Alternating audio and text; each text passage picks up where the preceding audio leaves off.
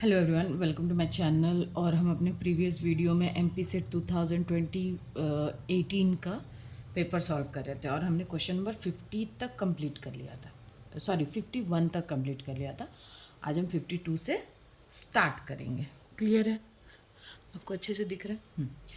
Partition function of an oscillator with the energy level this is given by, मतलब हमको क्या निकालना है। एक ऑसिलेटर है जिसका एनर्जी लेवल ये है। इसको आपको देख के लग रहा है कि ये हार्मोनिक ऑसिलेटर है, और ठीक है, इसका हमको एनर्जी दिया हुआ है। हमको क्या करना है? पार्टीशन फंक्शन कैलकुलेट करना है। क्लियर?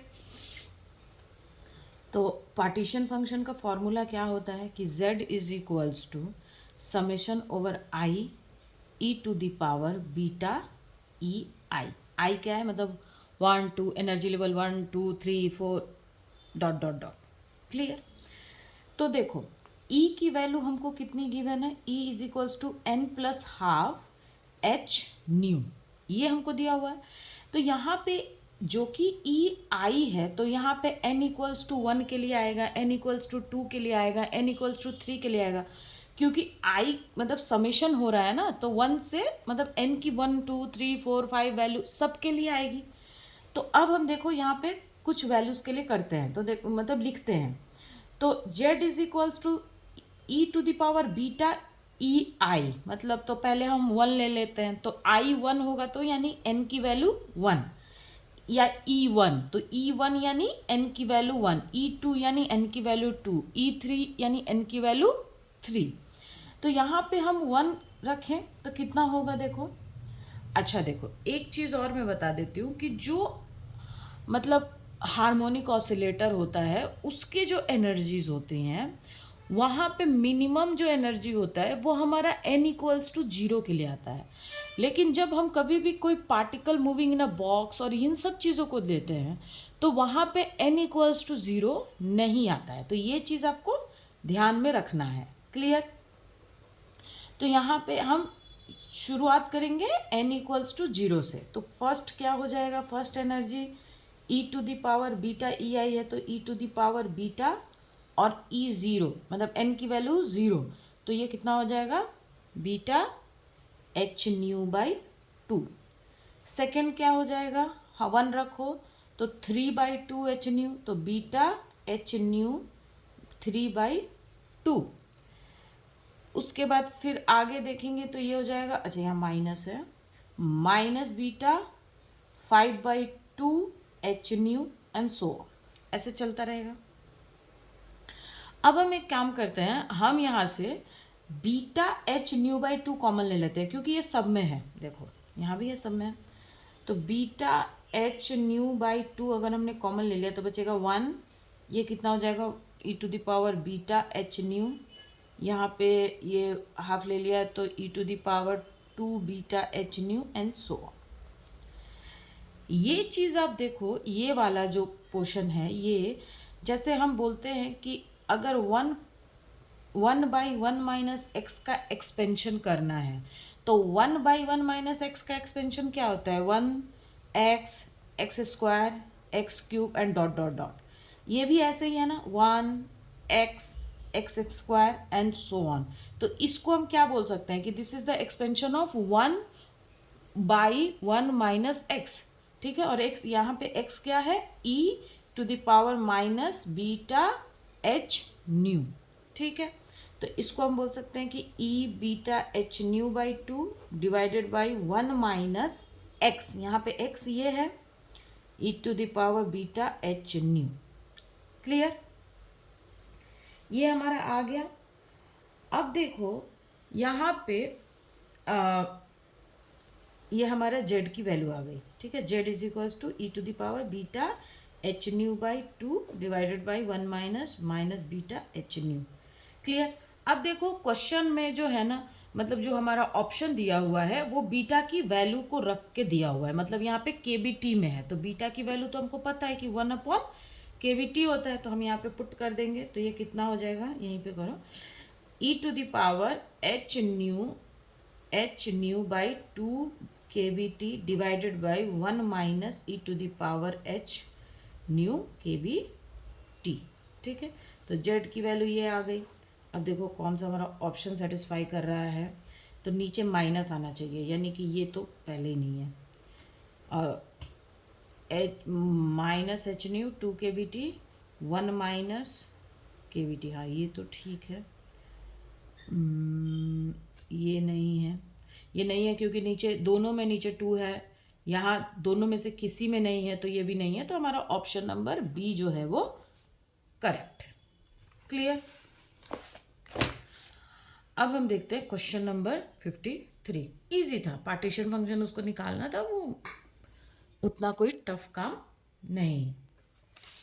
क्लियर।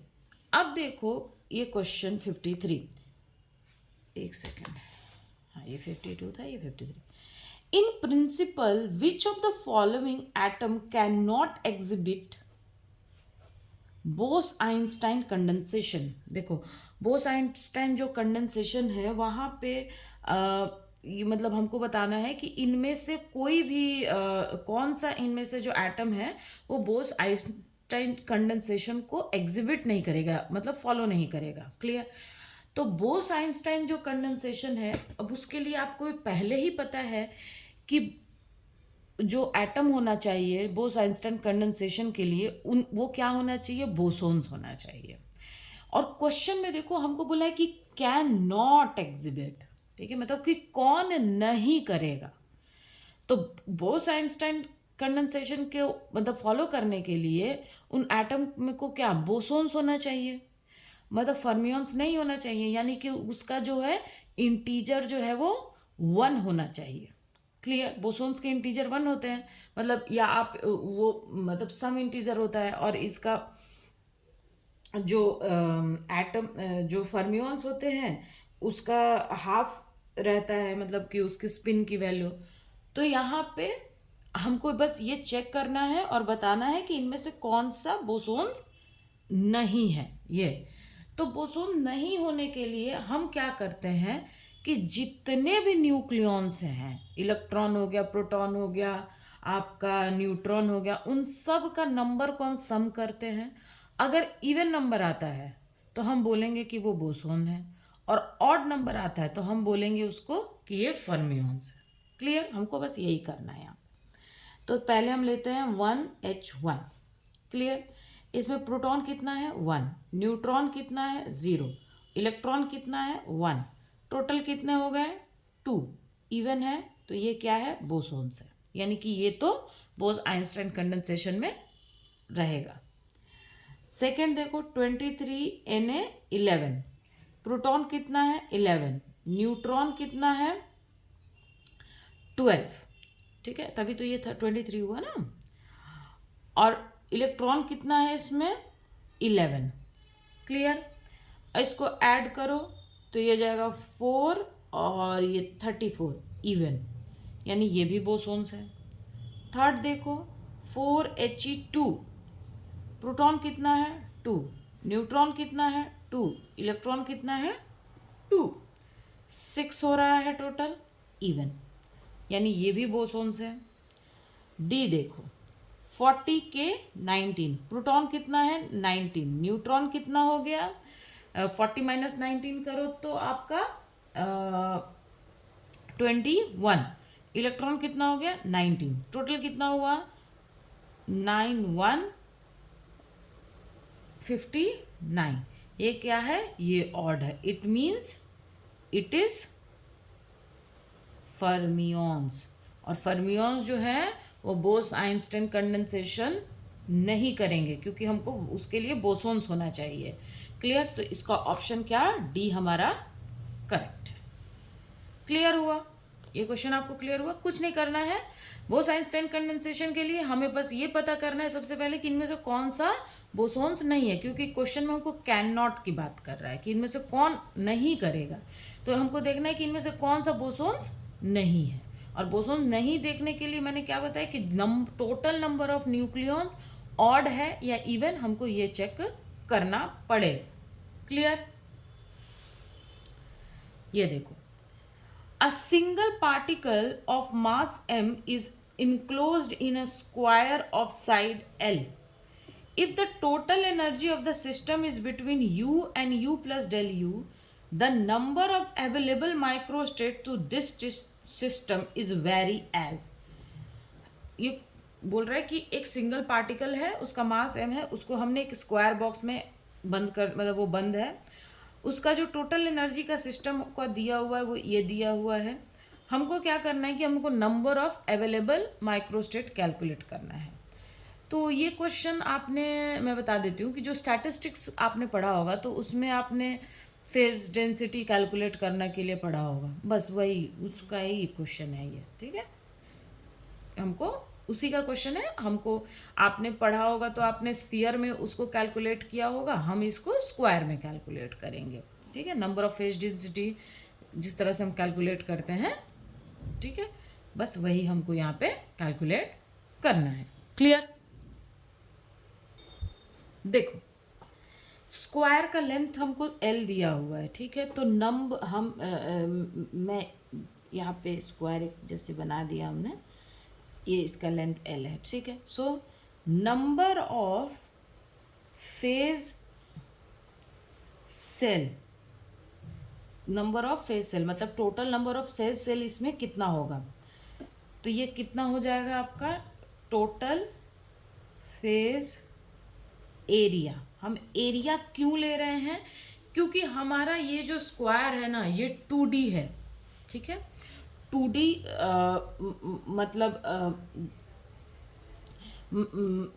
मतलब जैसे ये स्क्वायर है तो स्क्वायर में हम क्या लेते हैं, अगर ये क्या बोलते हैं इसको, अगर ये 3D में होता तो हम वॉल्यूम लेते हैं कि टोटल वॉल्यूम, लेकिन ये स्क्वायर है, स्क्वायर में मिनिमम एरिया आप मैक्सिमम ले सकते हो, ठीक है। तो इसीलिए हम यहाँ पे एरिया की बात करेंगे कि total number of phase cell कितना होगा, total phase area by total phase area of a cell, phase area of a cell, मतलब कि इसमें टोटल नंबर ऑफ कितने सेल्स होंगे, ये चीज़ कितने पे डिपेंड करेगा कि टोटल फेज की एरिया कितनी है और एक सेल की एरिया कितनी है। मान लो कि ये हमारा ऐसे ऐसे छोटा छोटा मान लो कि मैंने बनाया, ठीक है।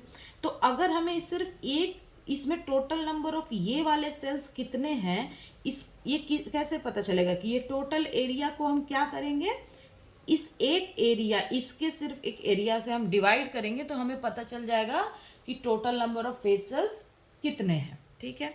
So number of possible microstate, यही होगा ना, एक ये है, ये नंबर ऑफ, तो ये अगर हम एक ये निकाल लें तो दैट इज 1 माइक्रोस्टेट। तो अगर हम टोटल निकाल लें तो हमें पता चल जाएगा कि टोटल नंबर ऑफ माइक्रोस्टेट्स कितने हो रहे हैं। तो नंबर ऑफ पॉसिबल माइक्रोस्टेट्स ये कितना हो जाएगा, dx dy dpx, सॉरी यहाँ पे डबल नहीं होगा, ये रहने दो, dpy। क्यों, क्योंकि जब हम फेज सेल की बात करते हैं तो वहाँ पे हम मोमेंटम स्पेस में उसको ले रहे होते हैं, इसीलिए यहाँ पे x और p की बात होगी। क्लियर? डिवाइडेड बाई h⁴n, जो कि हमारा नंबर ऑफ पार्टिकल 1 है, सिंगल पार्टिकल की हम बात कर रहे हैं, तो यहाँ पे हम 2n की जगह 1 ले लेंगे, क्योंकि n क्या होता है, नंबर ऑफ पार्टिकल्स। तो हम सिंगल पार्टिकल के लिए ले रहे हैं तो n की वैल्यू 1 हो जाएगी, ठीक है, n की वैल्यू 1 हो जाएगी। क्लियर? अब देखो, अच्छा ये dx है और dy है, तो dx dy क्या हो गया, एरिया हो गया। कैसे, लेंथ जो स्क्वायर होता है उसका एरिया क्या होता है, साइड इंटू साइड, तो dx एक साइड dy एक साइड, दोनों को इंटू करेंगे तो एरिया हो जाएगा। तो ये हो जाएगा a/h⁴2 n की वैल्यू 1 और ये हो जाएगा dpx dpy। Clear?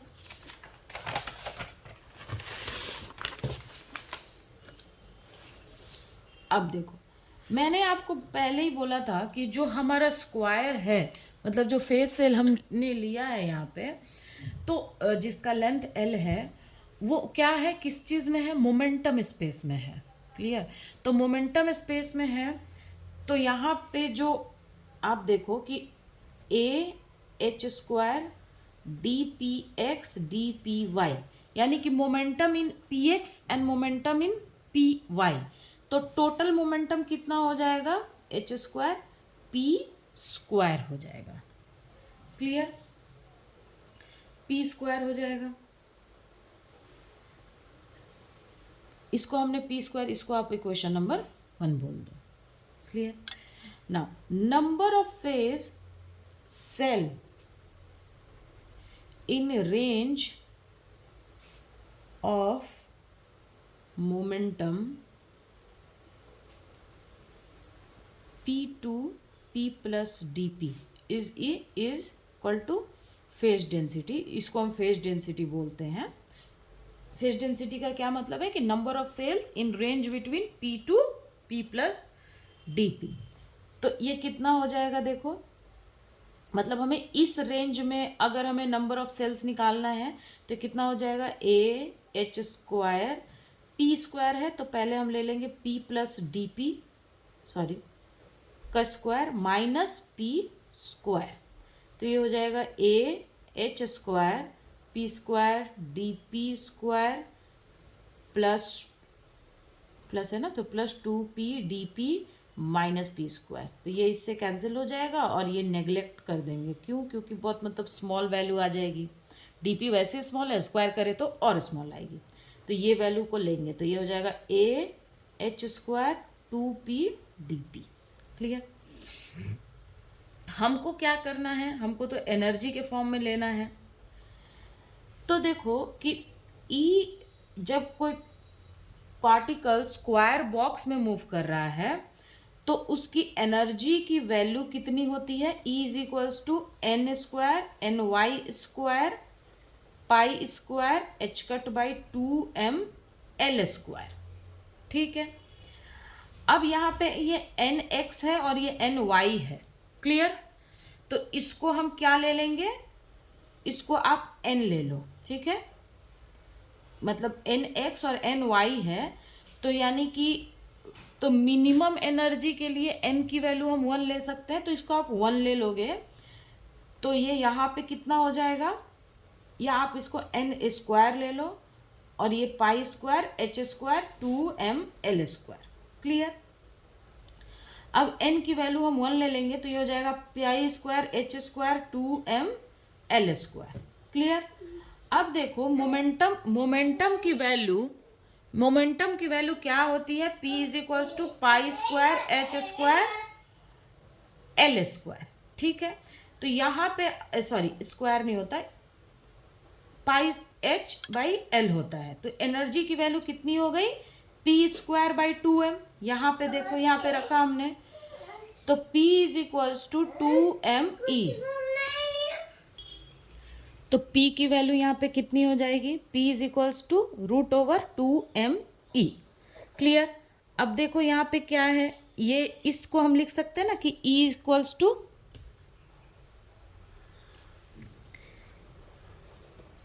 To p square 2m है तो हमको तो P की वैल्यू नहीं निकालनी पड़ेगी, P ही मतलब यहाँ पे P स्क्वायर ही रहेगा। ठीक है। तो E equals to p square by 2m है। अब यहाँ तो ये क्या हुआ, P square equals to 2me हो गया। ठीक है। तो यहाँ पे देखो एच पाई square h square 2m l square है। क्लियर। तो इसमें से P वाला पोर्शन तो इतना ही है ना, ये पाई स्क्वायर नहीं, पाई एच बाई एल। तो हम क्या करेंगे कि ये पाई एच स्क्वायर एल स्क्वायर, तो ये क्या है, पाई स्क्वायर एच स्क्वायर एल का होल स्क्वायर। तो इन पूरों को हम कैसे लिख देंगे कि E is equals to p square by 2m। Clear. 2m हो गया। तो अब यहाँ पे हमारा देखो कि क्वेश्चन में था, मतलब यहाँ पे कि number of phase cells in range of momentum P plus d p कितना था, a h square 2p d p. हमें क्या निकालना है, हमें तो एनर्जी डेंसिटी के फॉर्म में निकालना है। मतलब हमें number of microstate having energy you plus delta U इस रेंज में निकालना है। तो microstate that is GE DE, या यहाँ एनर्जी को यू से बोला है तो हम यू ले लेते हैं, ये कितना हो जाएगा आपका, इसको देखो ये मोमेंटम के फॉर्म में है, तो हम इसको क्या करेंगे, एनर्जी के फॉर्म में करेंगे। तो ये तो ई की वैल्यू हो गई, मतलब यहाँ पे एनर्जी को हम ई से रिप्रेजेंट कर रहे हैं, लेकिन हमारा मतलब जो हमारा जो क्वेश्चन है वहाँ पे एनर्जी को उन लोगों ने यू से रिप्रेजेंट किया है। ठीक है, उन लोगों ने एनर्जी डेंसिटी यहाँ पे बोल रखा है क्वेश्चन में, आप देखो तो उन लोगों ने बोला है कि if the total energy of the system is between you and you plus delta U, D you नहीं डेल्टा यू बोला है। ठीक है, तो हम यहाँ पे ऐसे बोल सकते हैं कि u is equals to p square by 2m।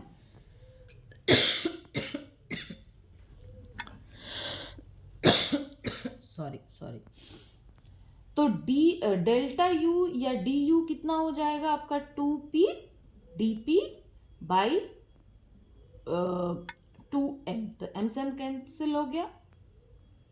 यहाँ पे p dp की वैल्यू कितनी हो जाएगी, डेल्टा u, तो यानी नंबर ऑफ माइक्रोस्टेट कितना हो जाएगा, a अपॉन एच स्क्वायर 2, इस 2 से तो ये 2 कैंसिल हो गया, p यहाँ पे डेल्टा, तो ये m इधर जाएगा, तो यानी कि p डेल्टा dp जो है, या आप इसको डेल्टा p बोल दो, मतलब यहाँ पे मैं d ही ले रही हूँ कि du is equals to dp, तो p dp की वैल्यू कितनी हो जा रही है आपका, m du, है ना, m du is equals to p dp। अब इसकी वैल्यू को हमने यहाँ पे पुट किया इस वाले में, तो ये a h square 2 p dp की वैल्यू कितनी है, m du, यानी कि इसको मैं ऐसे बोल सकते हैं कि a h square 2m delta u, यानी कि नंबर ऑफ जो माइक्रोस्टेट्स है वो किसके ऊपर डिपेंड कर रहा है, मास के ऊपर डिपेंड कर रहा है, एंड डेल्टा यू के ऊपर डिपेंड कर रहा है, एंड एरिया के ऊपर डिपेंड कर रहा है। तो एरिया स्क्वायर का लेंथ एल है, तो एरिया कितना हो जाएगा, L square h square 2m delta U. ठीक है, तो नंबर ऑफ माइक्रोस्टेट जो हमारा है वो कितना हो जाएगा, वो किसके ऊपर डिपेंड करेगा, अगर मान लो कि ये सब चीज़ों को हम हटा दें, क्योंकि यहाँ पे डिपेंडेंसी ओनली एनर्जी के ऊपर है, तो ये किसके ऊपर डिपेंड करेगा, ये सिर्फ और सिर्फ डेल्टा यू के ऊपर डिपेंड करेगा, यू पे इसकी डिपेंडेंसी नहीं है, यानी कि माइक्रोस्टेट जो है वो डिपेंड कर रहा है आपका एनर्जी के ऊपर, डिपेंड वो नहीं कर रहा है। क्लियर। ऐसे भी जब आप मतलब आप जब स्फीयर सर्कल लेकर के या स्फीयर लेकर के जब आप डिफाइंड करते हो, जब आप सॉल्व करते हो, तब भी 2D के लिए जो नंबर ऑफ माइक्रोस्टेट्स है या फेज डेंसिटी जो है वो कभी भी आपका एनर्जी के ऊपर डिपेंड नहीं करता है। 3D में क्या होता है, 3D में जो फेज डेंसिटी है वो डिपेंड करता है आपका e को पावर हाफ पे, और 2D पे डिपेंड करता है e का पावर 0 पे, एंड 1D में डिपेंड करता है e का पावर माइनस हाफ पे। ठीक है, 3D में ये e का पावर हाफ पे डिपेंड करता है, 2D में ये e का पावर 0 पे डिपेंड करता है। तो यहाँ पे जो नंबर ऑफ माइक्रोस्टेट्स, या आप बोल सकते हो कि जो फेज डेंसिटी है वो एनर्जी के मतलब सिर्फ और सिर्फ डेल्टा यू के ऊपर डिपेंड कर रहा है, यू के ऊपर डिपेंड नहीं कर रहा है। लेकिन हमारा जो ऑप्शन है ना, वो देखो आप,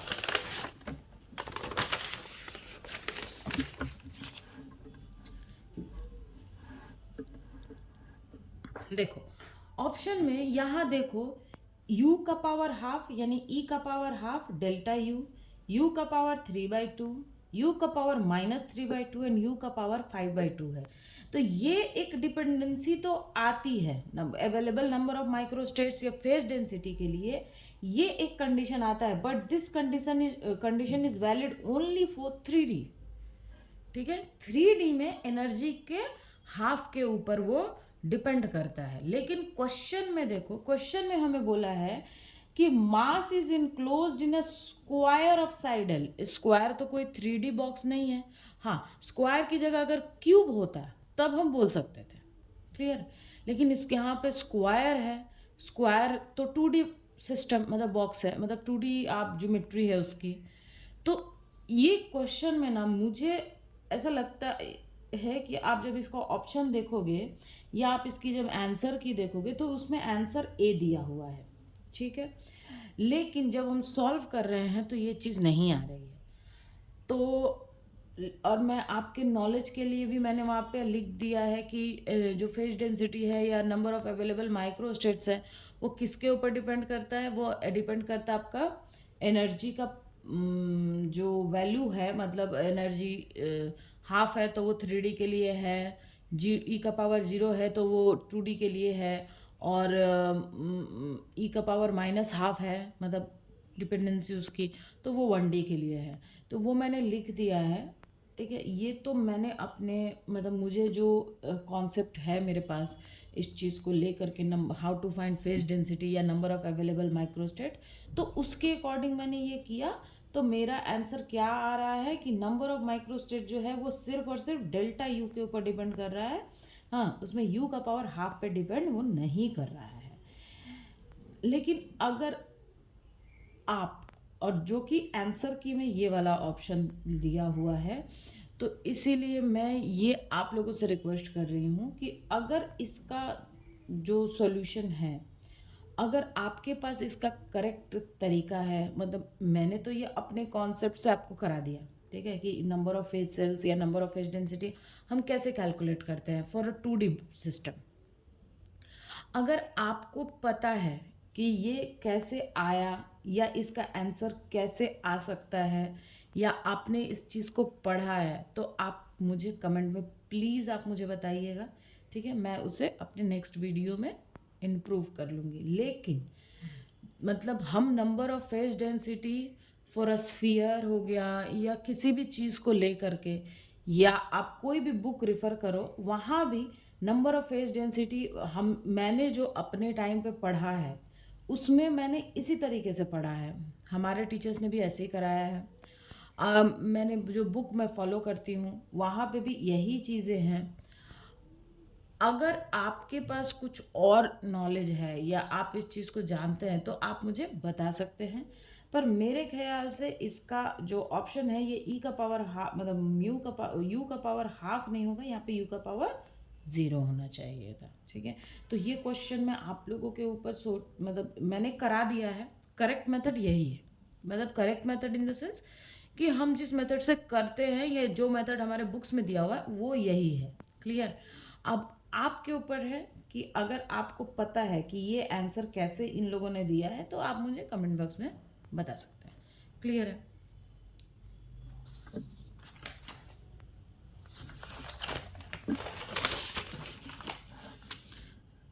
क्योंकि जो number of phase density find करने का जो एक्चुअल तरीका है, मतलब जो हमने पढ़ा है या सीखा है वो यही है। या आप जो हम स्टैट्स की बुक फॉलो करते हैं उसको भी आप देखोगे तो वहाँ भी यही मेथड हमको दिया हुआ है। Clear. Okay, now next question देखते हैं। One of the main feature that distinguish microprocessor from a microcomputer, देखो माइक्रो प्रोसेसर की जब हम बात करते हैं तो दैट इज सीपीयू, ठीक है। और माइक्रो कंप्यूटर का मतलब हो गया कि सीपीयू, माउस, कीबोर्ड, इन सब चीज़ों से मिला हुआ एक सिस्टम। हम कोई भी अगर प्रोसेसर की बात करते हैं तो प्रोसेसर क्या होता है, उस कंप्यूटर का मतलब सीपीयू के बारे में हम बात कर रहे हैं। और माइक्रो कंप्यूटर क्या है, कंप्यूटर जो है वो पूरा एक सिस्टम है, उसमें सीपीयू भी है, माउस भी है, कीबोर्ड भी है ना, सारी चीज़ें हैं, जो मॉनिटर है वो भी है। तो कंप्यूटर पूरा एक सिस्टम है और माइक्रो प्रोसेसर पूरा एक सीपीयू है। क्लियर।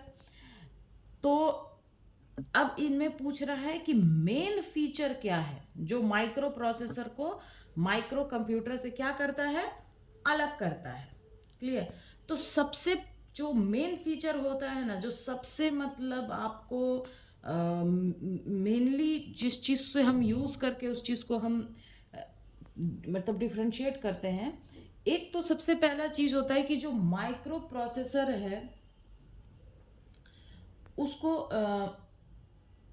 मतलब उसको किस लिए उसका यूज़ होता है, it it is use to perform a computational logics, logics या ऑपरेशन, ठीक है, इस चीज़ के लिए हम उसको यूज़ करते हैं। और माइक्रो प्रोसेसर जो होता है वो कोई भी उसमें इनपुट आउटपुट डेटा कंटेंट नहीं होता है, लेकिन माइक्रो कंप्यूटर में होता है। इनपुट आउटपुट डेटा का मतलब है कि जैसे मान लो कि आपने कंप्यूटर में कोई चीज़ आप देना चाहते हो, मतलब कि आपको मान लो कि कंप्यूटर में आपको कुछ इनपुट देना है या कुछ भी सेव करना है, तो ये चीज़ मतलब सीपीयू के पास तो नहीं रहेगी, है ना। कि मान लो कि वो तो सिर्फ एक प्रोसेसिंग है। प्रोसेसिंग किस चीज़ का प्रोसेस करता है वो, कि जितने आपके लॉजिक्स है, मान लो कि आपने कंप्यूटर्स में बोला कि 2+2 करके बताओ कि इसका आंसर क्या होगा, तो ना तो उसके पास 2+2 का मतलब इनपुट है प्रोसेसर के पास, कि ना तो लेकिन हाँ उसको ये पता है कि इसको सम करना है, ये जो नंबर मुझे मिला है इसका दो सम करना है। तो जितने उनके लॉजिकल या कंप्यूटेशनल आप बोल सकते हो, जितने उनके लॉजिकल ऑपरेशंस हैं वो सारा क्या करता है, प्रोसेसर जो है वो मतलब परफॉर्म करता है। लेकिन इसके पास इनपुट आउटपुट डिवाइस मतलब क्या कंटेंट है या इनपुट आउटपुट जो आपका डेटा स्टोरेज है, ये क्या होता है, ये माइक्रो प्रोसेसर के पास नहीं होता ये, ठीक है। तो यही सबसे एक मेन कारण है जो मतलब जो डिस्टिंग करता है microcomputer and microprocessor को। तो words are usually larger in microprocessor. नहीं, देखो जो वर्ड होता है ना, ये किस चीज़ पे डिपेंड करता है, ये डिपेंड करता है कि जब आप कंप्यूटर बना रहे थे, है ना, तो वहाँ पे मतलब आपने कितना लिमिट रख रखा था, क्लियर। तो वर्ड्स उस पर डिपेंड करता है। तो words are usually smaller in micro process, ये कोई ज़रूरी नहीं है, किसी सिस्टम का कुछ हो सकता है, किसी सिस्टम का मतलब मतलब आप वर्ड्स आप बोल सकते हो कि वो स्ट्रक्चर का कुछ एक मतलब वो मैटर है, ठीक है, कि कंप्यूटर जिसने बनाया या जब आप उसको स्ट्रक्चर दे रहे थे, कंप्यूटर जब आप मैन्युफैक्चर कर रहे थे, तब उस टाइम पे आपने क्या उस चीज़ को मतलब उस टाइम पे जो वर्ड्स उस टाइम पे डिसाइड होते हैं, क्लियर। तो इनमें क्या है, micro processor does not contain input output device. Yes, input output device को कौन कंटेन करता है, कंप्यूटर कंटेन करता है, क्लियर। जैसे मान लो कि इनपुट डिवाइस है या कोई आउटपुट डिवाइस है, तो इसको कंप्यूटर कंटेन करता है, प्रोसेसर नहीं। प्रोसेसर का काम है सिर्फ और सिर्फ लॉजिकल या ऑपरेशनल आपको या लॉजिकल जो चीज़ें उनको परफॉर्म करना, ठीक है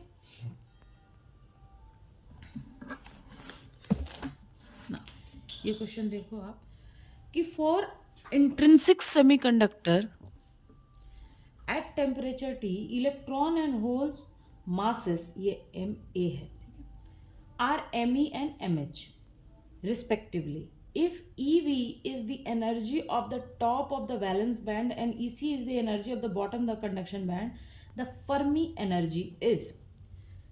तो ये आपने पढ़ा होगा कि फर्मी एनर्जी का क्या वैल्यू होता है, ये तो आपने पढ़ा होगा।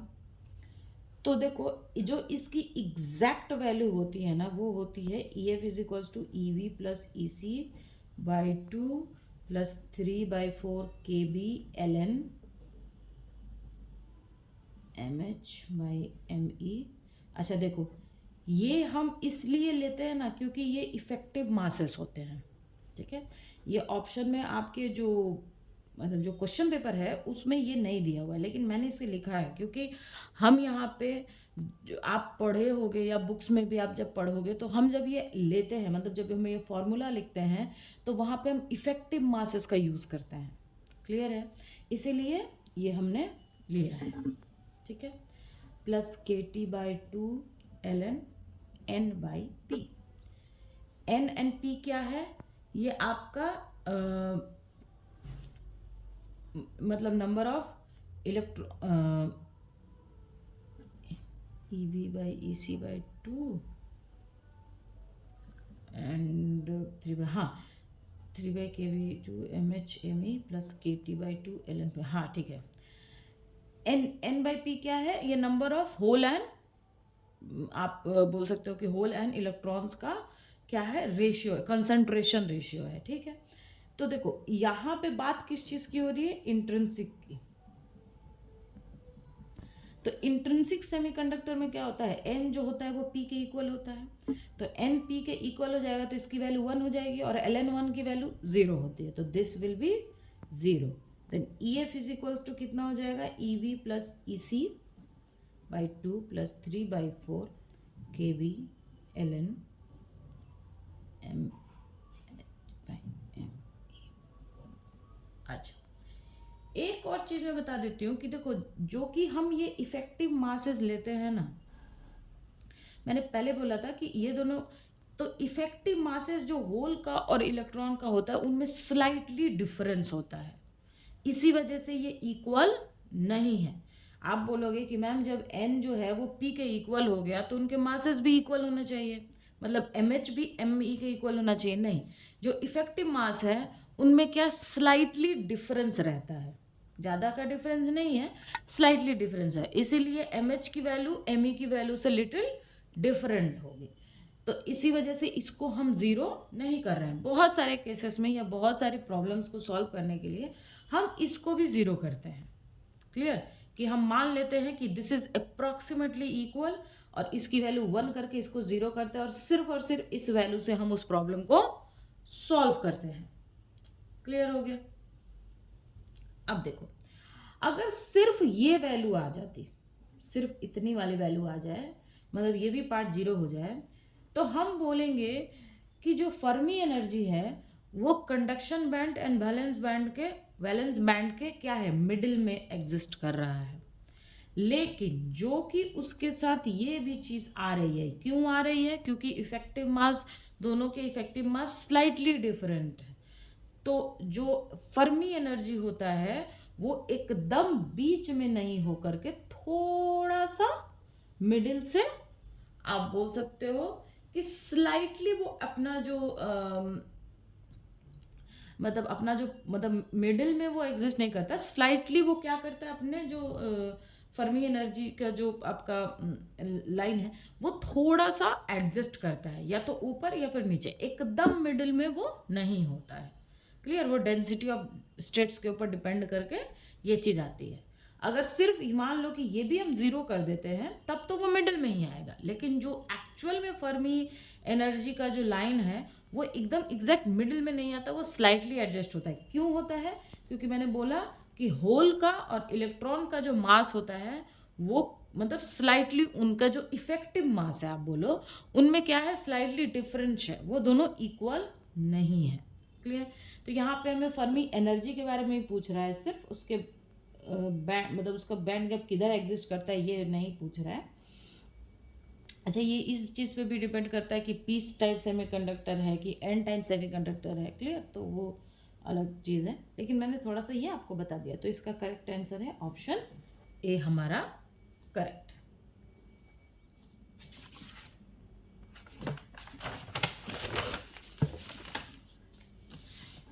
ये आपको दिख रहा है, देखो, the decibel dB power gain of the given circuit is, इस सर्किट में हमें पावर गेन बताना है। क्लियर है। अच्छा, यहाँ भी ना 50 है, इसमें हमारा ये रेजिस्टेंस और ये रेजिस्टेंस आप देखो इक्वल है। क्लियर, मतलब हमारा इनपुट एंड आउटपुट रेजिस्टेंस क्या है, इसमें इक्वल है। वी इन कितना है, 1 वोल्ट, और हमें वी इनपुट हमें वोल्टेज कितना मिल रहा है, 1 वोल्ट, और आउटपुट वोल्टेज हमें कितना मिल रहा है, 10 वोल्ट। ठीक है, और रजिस्टेंस हमारा दोनों सेम है। तो यहाँ पे सिर्फ जो गेन है वो हम उसमें हमें कुछ भी मतलब सिर्फ और सिर्फ वोल्टेज को ले लेंगे तो हो जाएगा। ठीक है, तो यहाँ पे gain A V equals to कितना हो गया, V2/V1, यानी कि V आउटपुट बाई इनपुट। ठीक है, इनपुट, तो ये कितना है 10/1, तो दैट इज 10। लेकिन हमें डेसिबल में निकालना है कि द डेसिबल पावर गेन। ठीक है, तो डेसिबल पावर गेन का वैल्यू क्या होता है, गेन आप इसको डेसिबल में बोलो तो दैट इज 20 log 10, मतलब बेस इसका 10 है AB। ठीक है, तो 20 log बेस 10 10। ठीक है, तो log 10 का वैल्यू कितना हो जाता है 1, तो दैट इज 20 इंटू 1, तो दैट इज 20, यानी हमारा गेन कितना आ गया 20 dV। ठीक है, तो इसका ऑप्शन बी करेक्ट है। ना ये क्वेश्चन देखो आप कि in the given circuit the voltage drop across the diode is 0.7 है, the current passing through the diode. हमको क्या निकालना है, ये एक सर्किट दिया हुआ है हमें, और इसमें हमारा जो वोल्टेज ड्रॉप है वो डायोड में कितना है 0.7 वोल्ट है। हमको क्या निकालना है कि इस डायोड में कितना करंट जो है वो पास कर रहा है। ठीक है, चलो ये क्वेश्चन को हम सॉल्व करते हैं।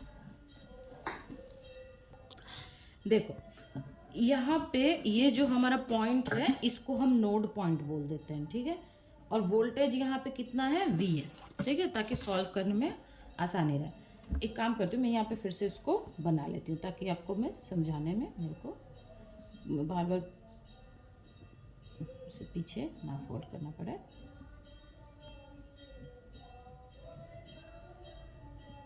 देखो ये 3.3 किलो ओम है, ये आपका 6 किलो ओम है, ये आपका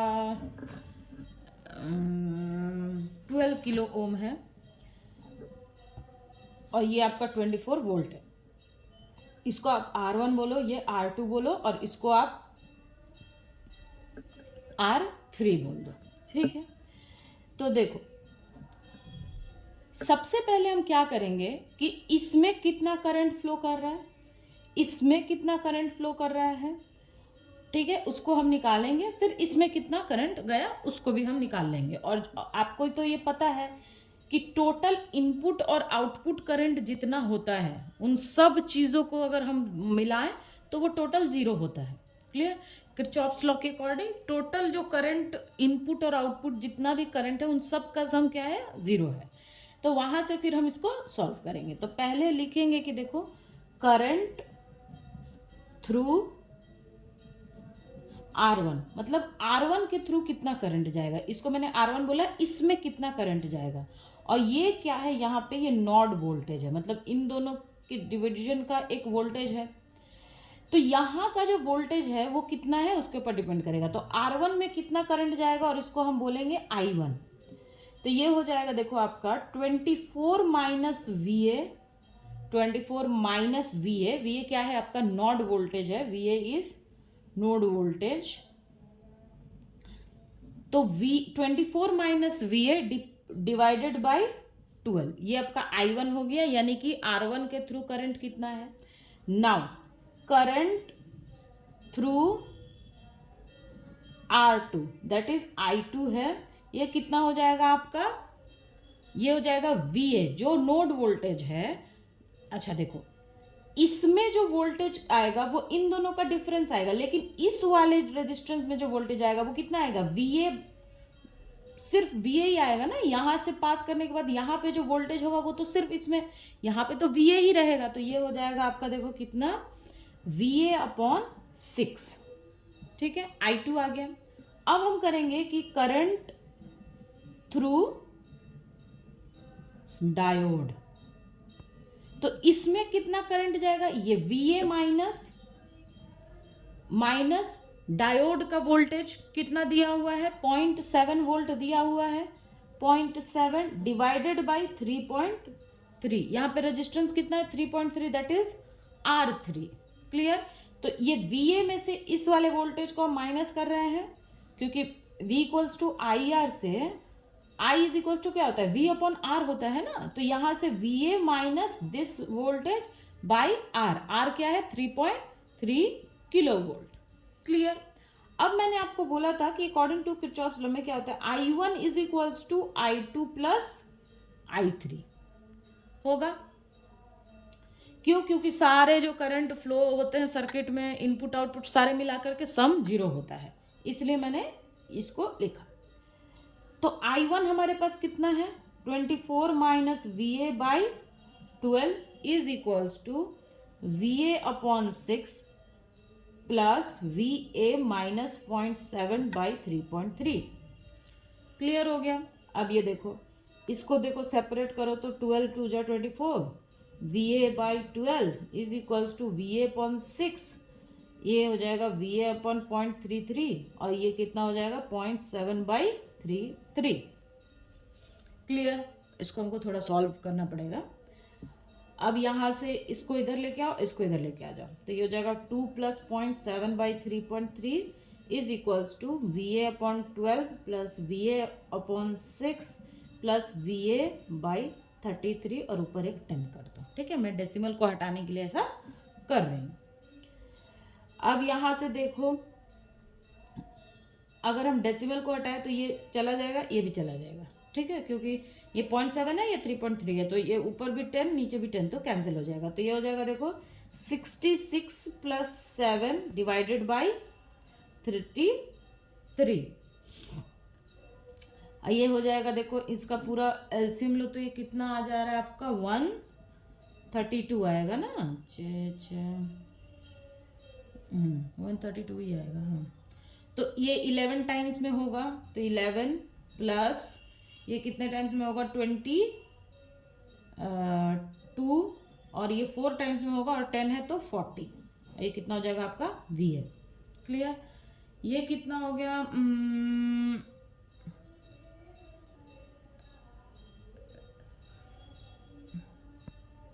एक सेकेंड कुछ तो गड़बड़ करा है मैंने।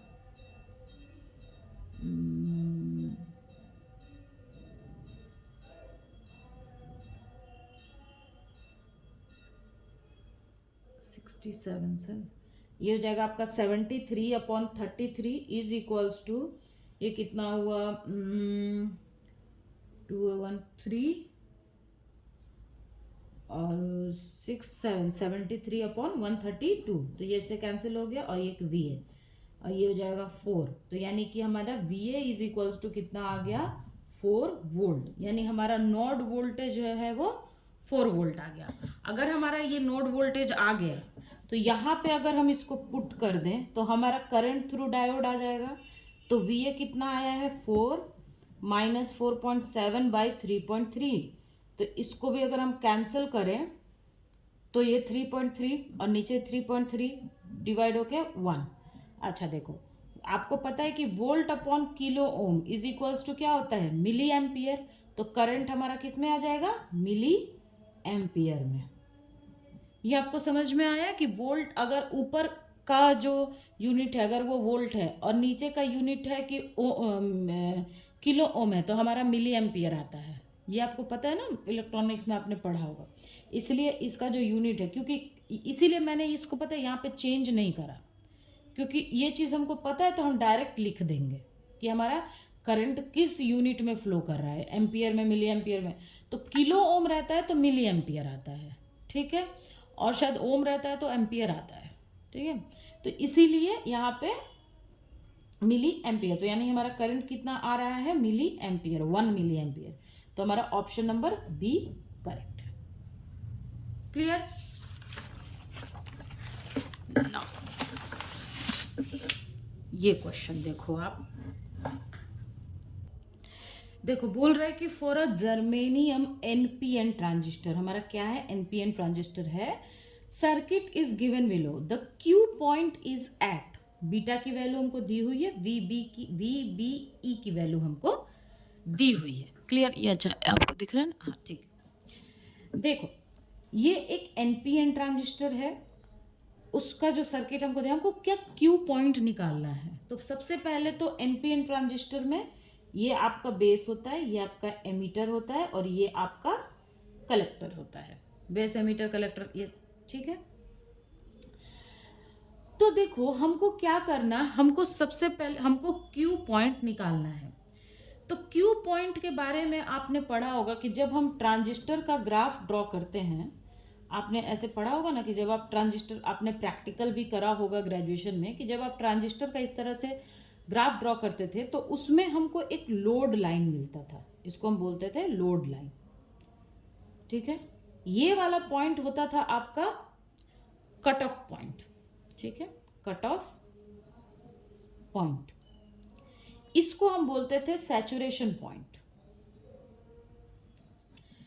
तो सर्किट जो है, जब हम एसी सिग्नल किसी भी ट्रांजिस्टर में अप्लाई करें और हमारा जो ट्रांजिस्टर है वो या तो सैचुरेशन या कट ऑफ रीजन में ना चला जाए, इसीलिए हम एक मिनिमम आप वीसीई या आईसी पे उस ट्रांजिस्टर को सेट करते थे, ताकि जो हमारा जो एसी जो हमारा ट्रांजिस्टर है वो जब हम एसी सिग्नल ट्रांजिस्टर में अप्लाई करें तो वो saturation and cut off voltage पे ना चला जाए। इसलिए हम यहाँ पे ये वीसीई है, ये अपना आईसी है। तो ऐसा आईसी और वीसी का एक वैल्यू हमको मिलता था जिसपे हमको ट्रांजिस्टर को सेट करना रहता था, ताकि जो हमारा ट्रांजिस्टर है वो सैचुरेशन या कट ऑफ रीजन में ना चला जाए। उसी पॉइंट को हम बोलते हैं बेस पॉइंट या क्यूसेंट पॉइंट या क्यू पॉइंट, और वो पॉइंट है ये। ठीक है, इसकी आईसी और वीसीई की वैल्यू ऐसी होनी चाहिए ताकि ये दोनों सैचुरेशन या कट ऑफ रीजन में हमारा ट्रांजिस्टर ना चला जाए। तो इसको हम बोलते हैं कि ये एक स्टेबल पॉइंट या स्टेबल, आप सोच लो कि डीसी वोल्टेज होता है। और ये चीज़ जो है ना, ये हम सर्किट इसको क्या हम बोल सकते हैं कि इसको हमको आपको सर्किट स्टार्ट करने से पहले ही इसको हमें इस चीज़ पे सेट करना रहता है। आपने ये चीज़ जब प्रैक्टिकल करा होगा ना, ग्रेजुएशन में इस चीज़ का प्रैक्टिकल है, तो वहाँ से आपको इस चीज़ का बहुत ही क्लियर कॉन्सेप्ट इसका आपके पास होगा कि पहले जब आप ट्रांजिस्टर देते थे तो हम वीसीई को और जब हमारे पास जब ट्रांजिस्टर हमें इस मान लो दिया जाता था एनपीएन या पेन, तो हमें टीचर्स बोलते थे कि जो हमारे पास जो वोल्ट मीटर है और जो हमारे पास करंट है, इसको आप क्या करो कि ऐसे किसी एक पर्टिकुलर आपको वोल्टेज और करंट ये चीज़ आप पहले ही कैलकुलेट कर लेते थे और उस चीज़ पे आप यहाँ पे सेट कर दो, करंट को भी सेट करो, और तब हम सर्किट को फिर स्टार्ट करते थे। मतलब कि आपका जो ट्रांजिस्टर का प्रैक्टिकल है इसको सेट करके उसके बाद हम वीसीई की वैल्यू बढ़ाते थे, आईसी की वैल्यू लेते थे, फिर आईसी की वैल्यू बढ़ाते थे, वीसीई की वैल्यू बढ़ाते थे। आपने ग्रेजुएशन में प्रैक्टिकल किया होगा। तो वहाँ से ये वही क्यू पॉइंट हमको, वही क्यू पॉइंट है जिस उसी जो वही जो वीसीई और आईसी की वैल्यू हम कैलकुलेट करते थे या जिस चीज़ पे हम पहले सेट करते थे सर्किट को, उसके बाद हम अपना एक्सपेरिमेंट स्टार्ट, अपना एक्सपेरिमेंट नहीं बोलेंगे उसको, अपना प्रोसेस स्टार्ट करते थे। वीसीई के बदले आईसी की वैल्यू एंड आईसी के बदले वीसीई की वैल्यू हम लेते थे। ये आपने प्रैक्टिकल किया होगा। तो वहाँ पे वो जो वैल्यू है जिस पे हम ट्रांजिस्टर को आपका सर्किट स्टार्ट होने से पहले ही सेट करते थे, उसी को हम बोलते हैं क्यू पॉइंट। समझ में आ गया? तो अब देखो कि क्वेश्चन में हमको क्या बोल रहा है कि the Q point is at, तो क्यू पॉइंट निकालना है, यानी कि हमें क्या निकालना है, हमें आईसी एंड वीसीई की वैल्यू को कैलकुलेट करना है। क्लियर? कभी कभी प्रैक्टिकल से भी अच्छे अच्छे क्वेश्चन आते हैं। आप जब इंटरव्यू के लिए जाओगे, आप अगर सेट के एग्ज़ाम के लिए तैयारी कर रहे हो या सेट तो नहीं प्रोफेसर के एग्ज़ाम के लिए तैयारी कर रहे हो, तो जब उसके आप इंटरव्यू में जाते हो ना, तो वहाँ पे प्रैक्टिकल जो आपने कर रखा है ग्रेजुएशन में एंड मास्टर्स में, उनसे भी बहुत सारे क्वेश्चंस वो लोग पूछते हैं। क्लियर? तो आपके पास जो प्रैक्टिकल की कॉपी होगी ना आपकी ग्रेजुएशन की एंड मास्टर्स की, उसको आप फेंकना मत। ठीक है? जब आपका सिलेक्शन हो जाएगा सेट में या आप जब पीएचडी के इंटरव्यू के लिए भी जाओगे, तो वहाँ पे वो छोटी छोटी जो चीज़ें होती हैं प्रैक्टिकल की, वो लोग पूछते हैं। चलो क्वेश्चन को शुरू करते हैं। तो ये तो हो गया कि क्यू पॉइंट। अब मैंने बोला कि क्यू पॉइंट फाइंड करने के लिए हमको आईसी एंड वीसीई की वैल्यू चाहिए। अब देखो, तो आईसी इक्वल्स टू क्या होता है, बीटा आई भी होता है। अब हमारे पास तो आईसी बीटा की वैल्यू तो है, बीटा की वैल्यू तो यहाँ पे गिवन है, बीटा इज इक्वल्स टू कितना गिवन है, 50, एंड बीबीई की वैल्यू हमारे पास कितनी गिवन है, 0.3 वोल्ट। अब हमारे पास अगर IV की वैल्यू हमें पता चल जाए तो हम IC की वैल्यू निकाल लेंगे। तो इसके लिए हमको क्या करना है कि पहले ये एक लूप है हमारा BE एंड VE का, बेस एंड कलेक्ट एमीटर का एक लूप है, और एक लूप ये है। ठीक है? यहाँ पे ये 20 वोल्ट दिया हुआ है। ठीक है? C और E का एक हमारा लूप है। ठीक है? देखो बीबी की वैल्यू दी हुई है, ये क्या है वीसीसी, क्योंकि ये सिर्फ कलेक्टर से कनेक्टेड है तो ये वीसीसी का वैल्यू है। ठीक है, तो पहले हम ये वाला लूप लेते हैं, ये जो लूप है बेस से एमिटर वाला। ठीक है, तो बोलेंगे कि applying KVL in base emitter loop. इस लूप में तो KVL क्या हो जाएगा, BBB minus IBRB minus VBE is equal VBE, मतलब ये voltage VBE minus IERE is equals to 0। Clear. अब देखो कि ये IE है तो हमारे पास तो IE भी नहीं है ना, और यहाँ पे IB है, तो अब हमारे पास ना तो IV की वैल्यू है ना IE की वैल्यू है, हमारे पास तो एमीटर करंट भी कितना है ये हमें पता नहीं है। तो हम क्या करेंगे कि जो कि हमें IB कैलकुलेट करना है तो हम IE को IB के फॉर्म में लिख लेंगे, क्योंकि हमें तो IB चाहिए तभी तो IC मिलेगा।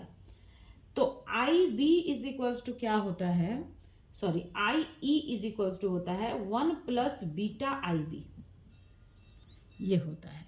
ठीक है, तो इसको हम यहाँ पे पुट कर देंगे तो ये हो जाएगा, देखो VVB minus IBRB minus VBE minus IE की जगह क्या हो जाएगा 1 plus beta IBRE is equals to 0।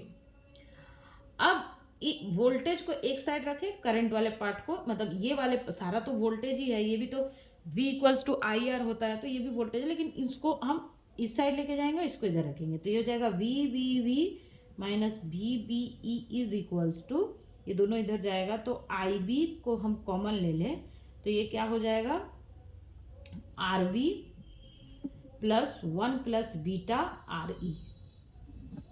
Clear. VB की वैल्यू हमारे पास दी हुई है, कितना दिया, और IB इज इक्वल्स टू कितना हो जाएगा VBB minus VBE RB plus 1 plus beta RE। BB की वैल्यू हमारे पास कितनी दी हुई है, देखो 4 वोल्ट माइनस VBE, तो VBE की वैल्यू हमारे पास कितनी है, हमको क्वेश्चन में दिया हुआ है 0.3 वोल्ट।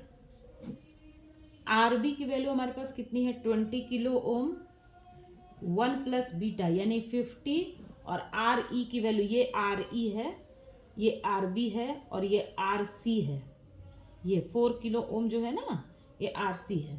तो RE की वैल्यू कितनी दी हुई है 6।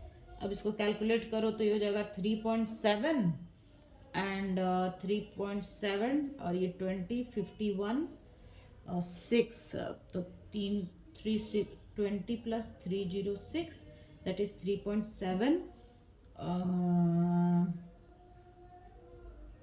ये हो जाएगा आपका 326, तो दैट इज, इसको जब आप सॉल्व करोगे तो आपका आंसर आ जाएगा कि IC is equals to, sorry IB is equals to 0.0113 milliampere. ठीक है, तो IB की वैल्यू आ गई हमारे पास कितनी 0.0113 मिली एम्पियर, तो IC इज इक्वल्स टू क्या हो जाएगा 50 इंटू 0.0113 मिली एम्पियर, तो that is equals to 0.05650 milliampere. IC की वैल्यू हमारे पास आ गई।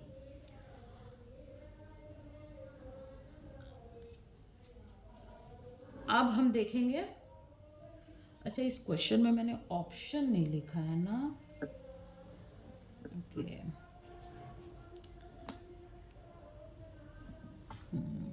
ऑप्शन नहीं लिखा है क्वेश्चन में, कोई बात नहीं, हम सॉल्व तो कर रहे हैं। देखो अब हम क्या करेंगे, हमारे पास IC की वैल्यू तो कैलकुलेट हो गई, अब हम क्या करते हैं कि ये लूप लगाते हैं ताकि हमारी VCE की वैल्यू हमें पता चल जाए। यहां से एक लूप लगाते हैं, तो now applying KVL in collector emitter loop. तो ये कितना हो जाएगा देखो, VCC minus ICRC minus VCE minus IERE is equals to 0। Clear. अब हम क्या करेंगे कि देखो, अब यहाँ पे IC है और यहाँ पे IE है, तो हमें किसी एक को एक में कन्वर्ट करना पड़ेगा। तो IC की वैल्यू तो हमारे पास है, पर IE की वैल्यू तो हमारे पास नहीं है। तो हम क्या करेंगे, IE को IC के फॉर्म में कन्वर्ट कर लेंगे, क्योंकि इसकी वैल्यू हमारे पास नोन है इसीलिए।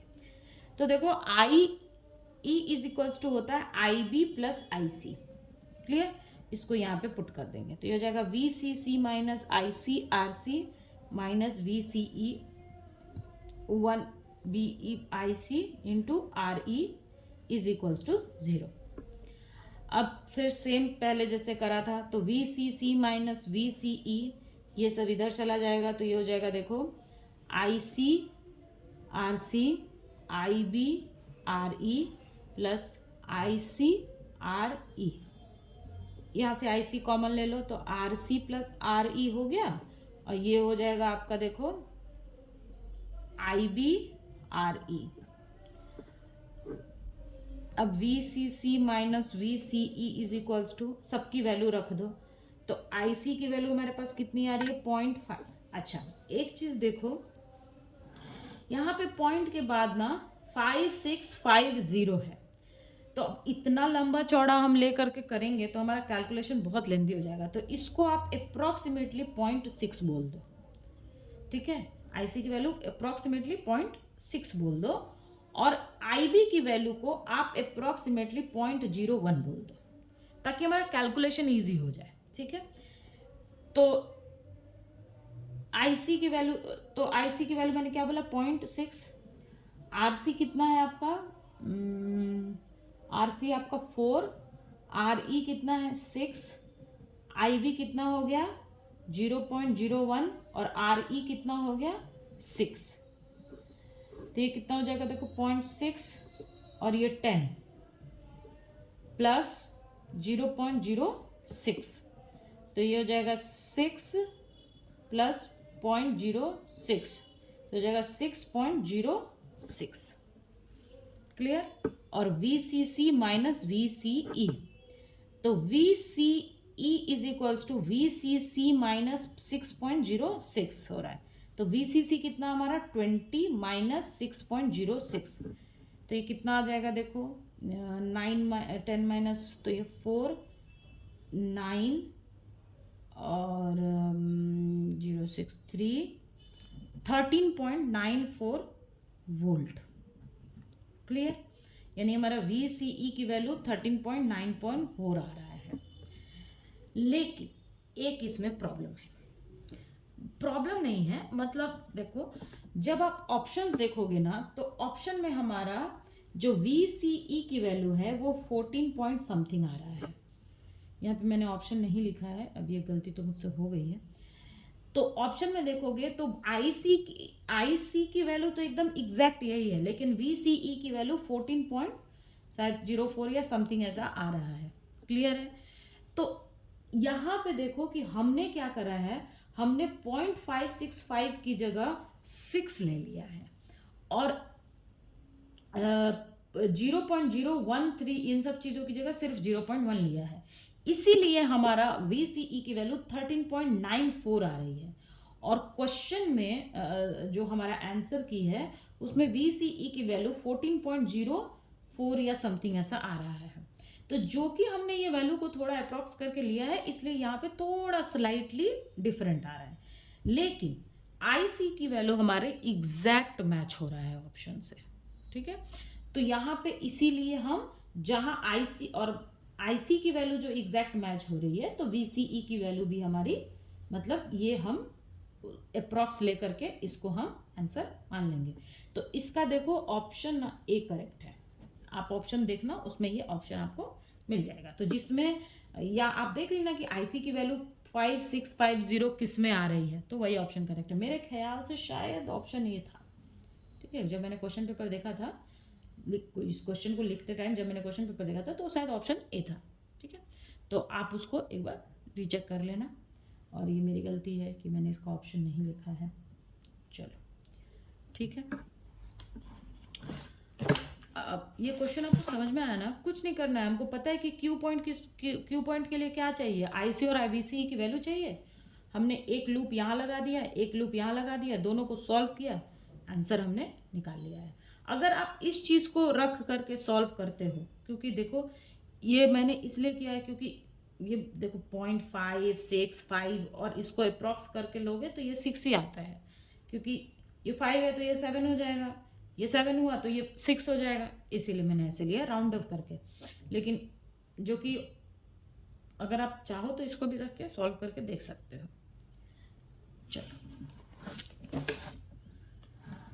ना, इस क्वेश्चन में देखो, ये जो क्वेश्चन नंबर 54 था जो मैं बता रही थी, अगर यहाँ पे ऐसा रहता ना कि हमको बोलता कि फेज डेंसिटी या number of microstates in energy, ठीक है, एनर्जी इन एनर्जी, ठीक है, सिर्फ एनर्जी की जब बात करता तो यहाँ पे ये इक्वेशन क्या हो जाता सिर्फ एनर्जी के लिए कि A/H² 2P, ठीक है, सिर्फ एनर्जी की बात करता तो ये P हो जाता, तो हम इसको बोलते 2P,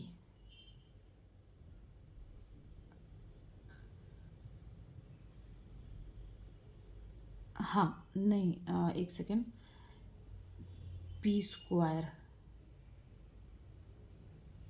हाँ ये हो जाता आपका 2P², ठीक है, सिर्फ जब हम एनर्जी की बात करते हैं, we are not talking about, मतलब हम सिर्फ एनर्जी की बात करते हैं, तो ये P² होता तो हमारा जो माइक्रोस्टेट्स है वो कितना आ जाता, AH² P² इक्वल्स टू कितना हो जाता, AH² 2ME, यानी कि अगर ये मतलब सिर्फ एनर्जी की बात करता कि इस मतलब ई एनर्जी में कितना माइक्रोस्टेट्स है, तब हम बोलते हैं कि माइक्रोस्टेट्स जो है वो एनर्जी के पावर 1 के ऊपर वेरी कर रहा है। लेकिन क्वेश्चन में देखो हमको बोला है कि system is between energy U and U plus D you, तो जब U और U and U plus D you की या डेल्टा U की जब बात कर रहा है तब तो एनर्जी का जीरो ही आना है। लेकिन अगर सिर्फ ये बोलता कि U, सिर्फ वो एनर्जी U की बात करता है, U प्लस डेल्टा U की बात नहीं करता, तब हम बोलते कि वो एनर्जी का पावर 1 के ऊपर डिपेंड कर रहा है। क्लियर? ये क्वेश्चन आपको समझ में आ गया? तो ये मैंने मेरी तरफ से बेस्ट दे करके तो बता दिया है आपको, कि मतलब मैंने जितना समझा मैं उसके हिसाब से बता दिया। अब बाकी अगर आपको पता चलता है कि वो कैसे हाफ आ रहा है, मतलब उन लोगों ने ऑप्शन में क्यों ऐसा लिया है, तो आप मुझे कमेंट में प्लीज़ बता देना, ठीक है, ताकि मैं इसको इम्प्रूव कर दूँ, ताकि बाकी बच्चों को भी पता चल सके। क्लियर है? और ठीक है, क्योंकि मैंने देखो आपको सॉल्व करके बताया है कि U और U प्लस डी यू की वैल्यू जब बात आएगी तो वो E का पावर 0 ही होगा। हाँ, सिर्फ U की बात आती तब हम E का पावर 1 बोल सकते थे, तभी भी E का पावर हाफ नहीं है, E का पावर 1 है, हम 2D की बात कर रहे हैं इसलिए। Clear? Which of the following matrix is an element of the group SU2? SU2 group का इनमें से कौन सा एलिमेंट जो है, मतलब कौन सा मैट्रिक्स जो है वो SU2 ग्रुप का एलिमेंट है? तो सबसे पहले तो SU2 ग्रुप क्या होता है? SU2 ग्रुप में सारे यूनिटरी मैट्रिक्स आते हैं, ठीक है, जिनका डिटर्मिनेंट सारे, मतलब इसमें 2 × 2 का यूनिटरी मैट्रिक्स आता है जिसका डिटर्मिनेंट क्या हो, 1 हो, ठीक है। इसमें क्या होता है मैं लिख देती हूँ कि इसमें सारे 2 × 2 यूनिटरी मैट्रिक्स आते हैं जिनका क्या हो, with unitary matrix having determinant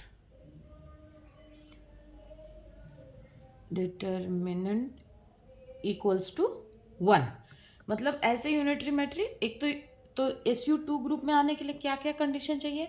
एक तो वो मैट्रिक्स यूनिटरी होना चाहिए, दूसरा क्या होना चाहिए कि दूसरा उसका डिटर्मिनेंट जब हम निकाले तो वो 1 होना चाहिए। क्लियर? तो देखो यूनिटरी मैट्रिक्स होने के लिए क्या कंडीशन होना चाहिए?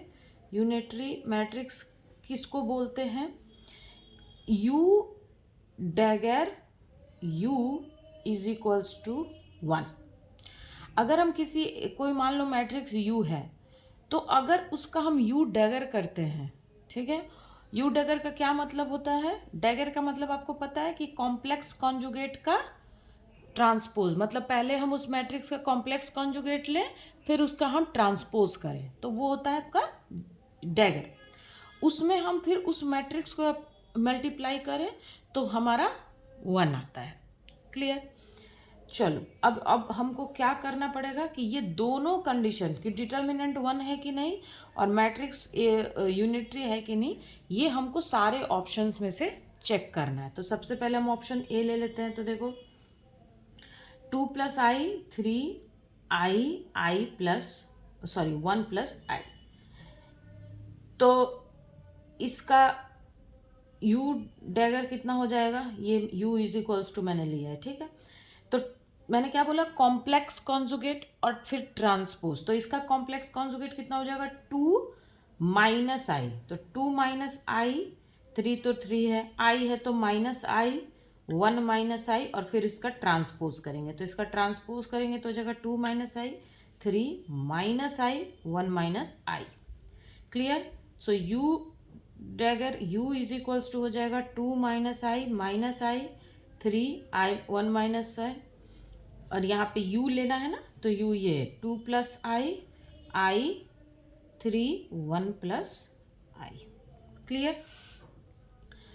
अब देखो मल्टीप्लिकेशन हम ऐसा करेंगे, तो देखो ये 2 - i है, ये 2 + i है, तो ये a - b, a + b, तो क्या हो जाएगा? a² - b² होगा ना। जैसे a² सॉरी, आपको दिख रहा है ना? अभी ठीक है ना? a² - b² इक्वल्स टू क्या होता है? a - b, a + b। तो बस वही है। तो पहले ये वाले के साथ इसको मल्टीप्लाई करेंगे, तो ये हो जाएगा a², तो 2 का स्क्वायर कितना हो गया? 4, और ये माइनस b², तो b² क्या है? i × i, तो i × i कितना होता है? -1, और मैंने बोला कि -b², i का स्क्वायर -1 होता है, और b का मतलब a² - b² है, तो -1 और वो माइनस मिलके कितना हो जाएगा? 1। क्लियर? और 3 × 3, और ये एक 9। ना इससे फिर इसमें मल्टीप्लाई करो, तो ये हो जाएगा 2i, और i -1, ये माइनस माइनस कितना हो जाएगा? +1, +3 + 3i। इसमें करो तो ये -2i प्लस माइनस, और फिर एक ये माइनस, तो ये हो जाएगा +1 +3 - 3i। इसको इसमें करो तो ये माइनस माइनस +1, और फिर यहाँ सेम ये a - b वाला फॉर्मूला है, तो 1 और ये +1, तो ये कितना हो जाएगा? 5 और 9 14, ये 4 मतलब 5i + 4, ये -5i + 4, ये 3। तो this is not equals to 1, या सॉरी ये 1 नहीं होता, ये आइडेंटिटी मैट्रिक्स होता है। ठीक है, ये मैंने गलत बोला है। तो क्या ये आइडेंटिटी मैट्रिक्स के इक्वल है? नहीं, तो ये यूनिटरी मैट्रिक्स नहीं है। ठीक है, अब हम चलते हैं बी पे। तो बी क्या है? 1 1 0 1, कितना हो जाएगा? 1 0 1 1। ठीक है, क्योंकि यहाँ पे कॉम्प्लेक्स नंबर तो कुछ है नहीं, तो कॉन्जुगेट तो हमको लेना नहीं है, तो सिर्फ हम उसका ट्रांसपोज कर देंगे। U dagger u is equals to, देखो कितना हो गया? 1 1 0 1, इसमें 1 0 1 1। ठीक है, तो यहाँ पे कितना आएगा? देखो 1 × 1 1, और ये 1, तो ये हो जाएगा आपका 2, सॉरी, तो 1 × 1 1 × 2, तो 2। ठीक है, इसमें करो तो ये 0 ये 1, फिर यहाँ पे भी 1 और यहाँ पे भी 2, तो this is also not a identity matrix. Clear? ये भी हमारा आइडेंटिटी मैट्रिक्स नहीं है। ठीक है, नाउ सी देखो, और डी का तो नन ऑफ दिस लिखा हुआ है, तो डी मतलब इसमें कोई हमको मैट्रिक्स नहीं दिया है, तो अब ये अगर मान लो नहीं होगा तो डी होगा नन ऑफ दिस, लेकिन ये भी हमारा गलत है, इसमें कोई मैट्रिक्स नहीं है, तो बस अब यही एक मैट्रिक्स आ गया है चेक करने के लिए। अगर ये होगा तो ठीक है, नहीं हुआ तो फिर हमारा ऑप्शन डी हो जाएगा, मतलब नन ऑफ दिस। लेकिन पहले सी तो चेक तो करना पड़ेगा। तो 1 - 1 + i√3 -1√3 1√3 1 - i√3।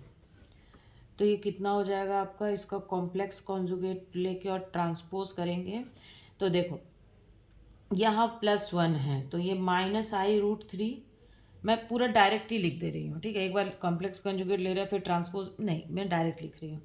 और फिर ट्रांसपोज भी करेंगे तो ये यहाँ चला जाएगा और ये आ जाएगा आपका यहाँ, और ये हो जाएगा 1 + i√3। हो गया, ये हुआ ना। अब हम इसको u डैगर u करते हैं, तो देखो 1 - i√3 1√3 -1/√3 1 + i√3। ये यहाँ पे देखो ये वाला लेंगे तो 1 + i√3 -1/√3 1√3 1 - i√3 हो गया।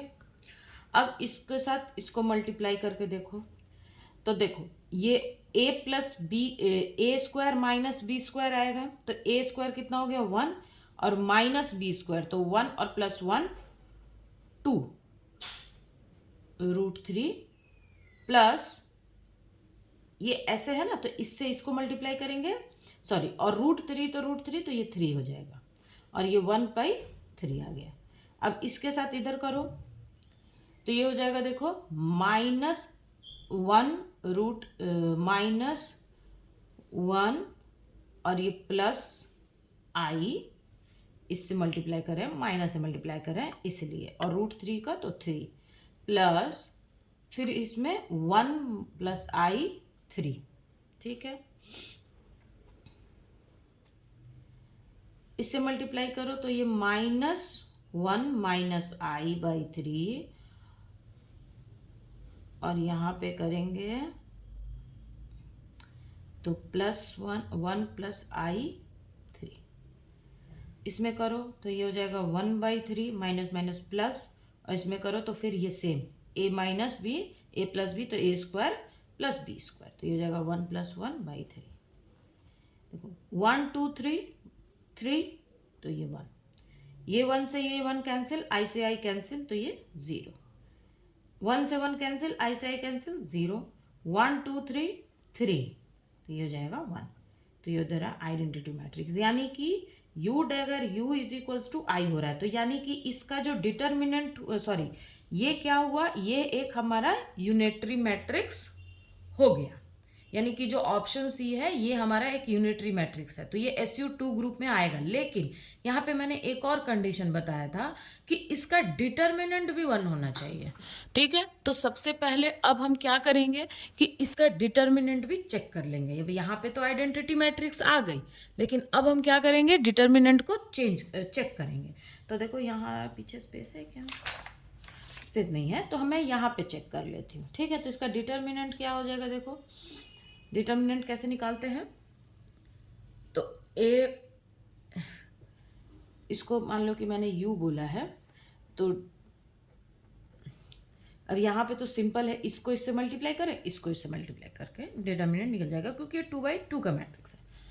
तो इससे इसको मल्टीप्लाई करो तो a यहाँ पे a + i, sorry 1 + i 1 - i, तो a - b है, तो a² प्लस, सॉरी -b² है, तो 1 + 1, ये कितना हो जाएगा 1 + 1, मैं डायरेक्ट लिख रही हूँ क्योंकि यहाँ पे तो मैंने कर दिया है, तो ये हो जाएगा आपका 2/3 माइनस 1/, तो ये √3, तो 1/, तो ये और यहाँ पे एक माइनस है, तो ये जो -√3, तो this is equals to 2/3 + 1/3, that is equals to 1। यानी कि इसका क्या हो रहा है, ये एक यूनिटरी मैट्रिक्स भी है और इसका डिटर्मिनेंट जो है वो 1 भी है, तो यानी कि ये जो है ये हमारा SU2 ग्रुप में आएगा। क्लियर हो गया ये क्वेश्चन, ठीक है। मैंने बोला था कि SU2 ग्रुप में यूनिटरी मैट्रिक्स आता है जिसका डिटर्मिनेंट 1 होता है। तो हमने option A, option B, option C check किया, तो यहाँ पे हमारा ऑप्शन सी करेक्ट है। अच्छा देखो, कभी भी एक छोटा सा ट्रिक मैं आपको बता रही हूँ। कभी भी जब आप मान लो कि प्रॉब्लम बहुत लेंदी लग रहा है, ठीक है, सॉल्व करने में, मान लो कि जैसे अभी ये क्वेश्चन है, अब इसमें ऑप्शन ए चेक किया, बी चेक किया, सी चेक किया, काफ़ी लेंदी है, तो ऐसे में मैं आपको ना एक बहुत ही आसान सा एक छोटा सा ट्रिक बताती हूँ कि अगर क्वेश्चन बहुत लेंदी लग रहा है और इस तरह से ऑप्शन चेक करके उसका आंसर लेके आना है, तो आपको मैं बताती हूँ कि पहले, सबसे पहले आप ऑप्शन सी को चेक करो और उसके बाद आप ऑप्शन बी को चेक करो, ठीक है। और अगर नन ऑफ दिस नहीं दिया हुआ है, नन ऑफ दिस दिया हुआ है तब, और अगर नन ऑफ दिस नहीं दिया हुआ है तो सबसे पहले आप ऑप्शन डी से शुरू करो। क्या होता है ना कि इस तरह से ना बहुत मतलब चांस रहता है कि इनमें से कोई एक या दो ऐसा, अब मान लो कि ऐसा भी हो सकता है कि एक में ऑप्शन ए ऑप्शन बी दिया है तो टू ऑफ दीज या नन ऑफ दीज, अब वो ऐसे कंडीशन में तो आपको दोनों चेक करना पड़ेगा। लेकिन इस टाइप का जो क्वेश्चन है जहाँ पे एक में नन ऑफ दीज दिया हुआ है और बाकी बहुत लेंदी हो जा रहा है, चेक करने में भी काफ़ी, तो ऐसे में आप ऑप्शन सी से शुरू करो, फिर ऑप्शन अगर डी है तो डी पे जाओ, फिर बी पे जाओ, ऐसे चेक करो, ठीक है। चलो नेक्स्ट क्वेश्चन देखते हैं। The fundamental Poisson bracket for a canonical variables are, ठीक है, हमको पॉइजन ब्रैकेट्स के बारे में बताना है, कैनोनिकल वेरिएबल्स। तो पॉइजन ब्रैकेट आपने पढ़ा होगा क्लासिकल मैकेनिक्स में कि देखो कॉन्जुगेट मोमेंटम, देखो जब सेम आएगा, मतलब अगर यहाँ पे दोनों कॉन्जुगेट मोमेंटम है तब भी ज़ीरो होगा, या दोनों में कॉन्जुगेट आपका पोजीशन है तो भी हमारा जीरो आता है। लेकिन पोजीशन क्यू आई और पी जे, इसका कितना होता है, डेल्टा आई जे, और इसको हम बोलते हैं कॉनिकल डेल्टा। अगर आई इक्वल्स टू जे है तो ये 1 होता है, और आई नॉट इक्वल्स टू जे है तो ये 0 होता है। क्लियर है इसका? तो आपको कंडीशन मैंने पिछले कोई एक पेपर सॉल्व किया था उसमें भी मैंने आपको ये बताया था, ठीक है। तो अगर दोनों मोमेंटम है, ठीक है, अगर दोनों कॉन्जुगेट मोमेंटम तो भी 0 होगा, दोनों कॉन्जुगेट पोजीशन में है तो भी 0 होगा। ये कब 0 नहीं होगा, जब पोजीशन एंड मोमेंटम एक साथ होगा। क्लियर, यही हमारा पॉइजन बकेट का रूल है। तो देखो सबसे पहले ऑप्शन फर्स्ट देखें तो P 0 I 0 P I J delta, ठीक है, ये सही है। ये 0 this is equal H cut, नहीं एच कट नहीं होता, 0 0, यहाँ पे आई एच कट नहीं, माइनस नहीं, ये भी नहीं, हमको सिर्फ हमारा ये डेल आई जे होता है। क्लियर ना?